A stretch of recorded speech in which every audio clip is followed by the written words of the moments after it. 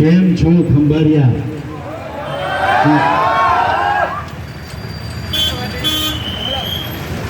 બોલો ટ્રાફિક ને કેમ છો? મજામાં?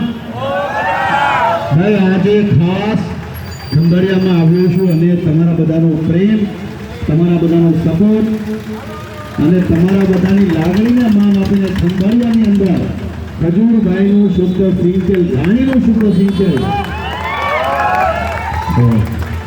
ફૂલ બધા બહુ નાખી દીધા હો.